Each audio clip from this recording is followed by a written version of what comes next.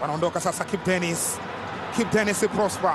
Kibu anasogea tena, Kibu Denis Prosper anapitisha mali katika nafasi ya Elimpanzu.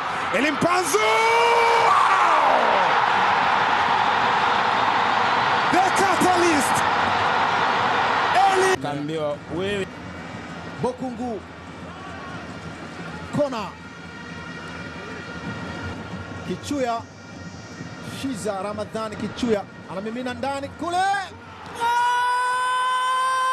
Kichuya alichungwa sana, anatinga moja kwa moja ndani ya nyavu.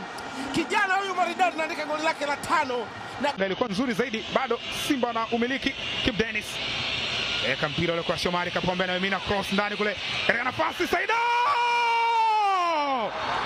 Wamefungwa tena bwana.